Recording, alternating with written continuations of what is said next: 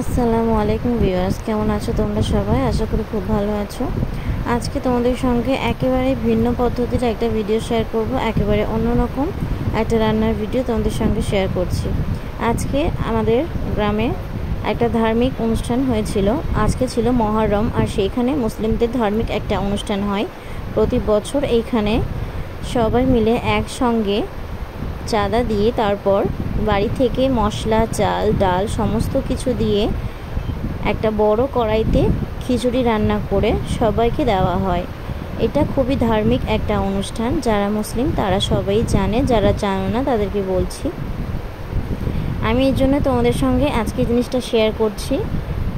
এখানে খিচুড়ি রান্নার পদ্ধতি চলছে। কড়াইতে সব মশলা দেওয়া হচ্ছে, তোমরা সবাই দেখতে পাচ্ছ এখানে কি কি মশলা দেওয়া হয়েছে। পেঁয়াজ, আদা, রসুন, লঙ্কা, তেজপাতা এই সমস্ত কিছু দিয়ে খুব ভালো করে নাড়াচাড়া করে এটাকে ভেজে নিয়েছে। এবার এখানে যাচ্ছে রসুনের পেস্ট।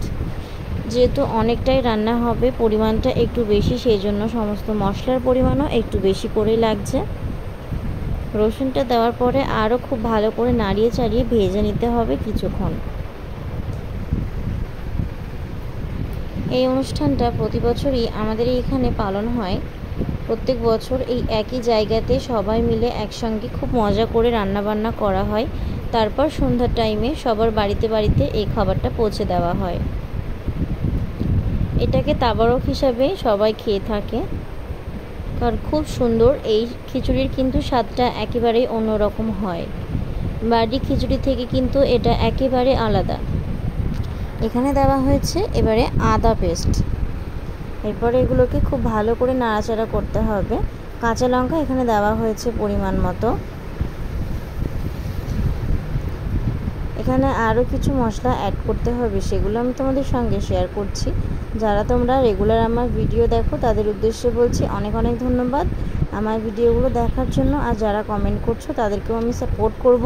তোমাদেরকে অনেক অনেক ধন্যবাদ আমার ভিডিওগুলো দেখে কমেন্ট করার জন্য। এবার দেখো এখানে দেওয়া হচ্ছে সবজি। সবজির মধ্যে রয়েছে বাঁধাকপি, আলু আর মিষ্টি কুমড়ো। এগুলো খুব ভালো করে কেটে ধুয়ে নেওয়া হয়েছে। আমি ভিডিও শুরুতেই তোমাদের দেখিয়ে দিয়েছি সব রকমের সবজি কেটে এক একটা পাত্রে রাখা হয়েছিল। সেগুলোকে ভালো করে ধুয়ে তারপরে এর মধ্যে দেওয়া হয়েছে। এই যে বড় বড় খুন্তি কড়াই তোমরা দেখছো, এগুলো সব কিছু মসজিদ থেকে নিয়ে আসা হয়। মসজিদে এগুলো থাকে। খুব ভালো করে নাড়িয়ে চাড়িয়ে এটাকে কষিয়ে নিতে হবে। প্রায় 6 থেকে 7 মিনিট কিন্তু এটাকে কষানো হয়েছিল। এখানে যাচ্ছে এবারে লবণ। লবণটা কিন্তু অবশ্যই স্বাদ অনুযায়ী একেবারে বুঝে দিয়েছে, কারণ যেহেতু রান্না অনেকটাই আর চাল ডালের পরিমাণও খুব বেশি। এখানে 5 কিলো চাল রয়েছে এবং মুসুর ডাল এবং মুগ ডাল দিয়ে মেশানো আছে 3 থেকে 4 কিলো। এবারে এই সব কিছু দিয়ে খুব ভালো করে আরও ভালো করে নাড়িয়ে নিতে হবে কিছুক্ষণ। এটাকে একটু কষিয়ে নিতে হবে। তারপরে এখানে পরিমাণ মতো পানি দিতে হবে। এখানে পানিটা সবাই মিলে বড় বড় বালতিতে করে নিয়ে এসে তারপরে ঢালছে। পানিটা দেওয়া হয়ে গেছে। এরপরে আরও ভালো করে এটাকে কিছুক্ষণের জন্য নাড়াচাড়া করে নিতে হবে। আমি বাকিটা তোমাদের সঙ্গে শেয়ার করে দিচ্ছি।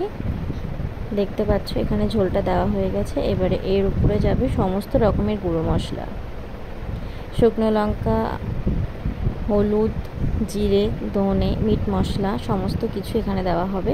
এগুলো পানিতে গুলে তারপরে দিয়ে খিচুড়িটা সার্ভ করা হয়েছে। আর সবশেষে এগুলোকে নামিয়ে রাখার পরে এর উপরে যাবে মিট মশলার গুঁড়ো।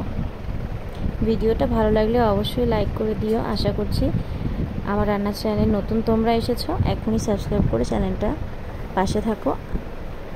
আর একটা কমেন্ট করে জানিও আজকের এই ভিডিওটা তোমাদের কেমন লেগেছে। কালকে আবারও কোনো ভিডিও শেয়ার করতে আসবো বন্ধুরা। সবাই আমার রান্নার ভিডিও দেখবে। 8:30 থেকে আমি ভিডিও পোস্ট শুরু করেছি। এখানে শেষ করছি। খুদা হাফিজ।